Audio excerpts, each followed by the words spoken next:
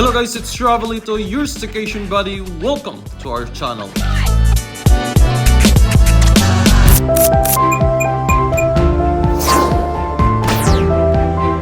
Hello guys, welcome back for the finale of our staycation here at Hilton Garden in Dubai, Mall of the Emirates.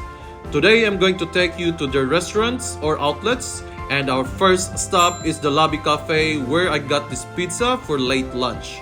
You can either dine around here or at the comfort of your room like what I did.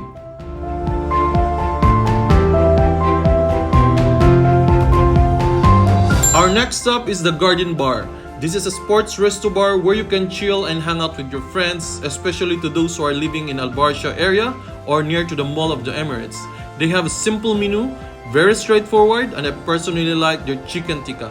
When you get here, try this one.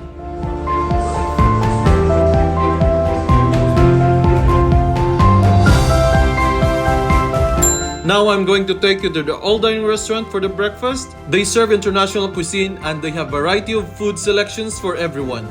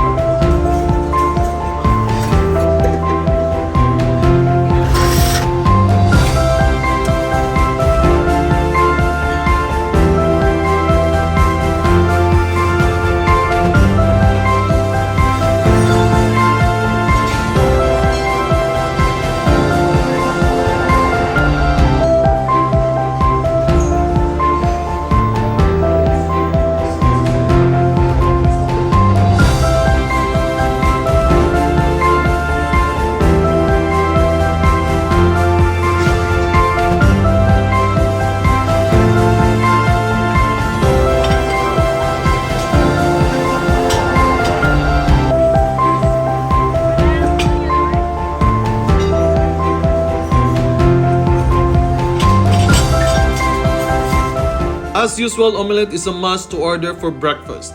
But aside from that, one unique breakfast experience when you stay to Hilton Garden Inn is to do it yourself waffle.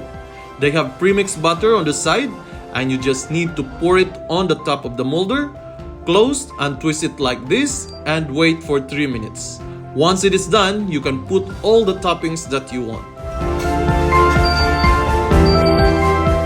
And this is the last part of our staycation here at Hilton Garden in Dubai, Mall of the Emirates, guys. I hope you watch and enjoy the earlier videos as well for you to have a better perspective of the hotel. And I hope you will be able to stay and enjoy the hospitality soon.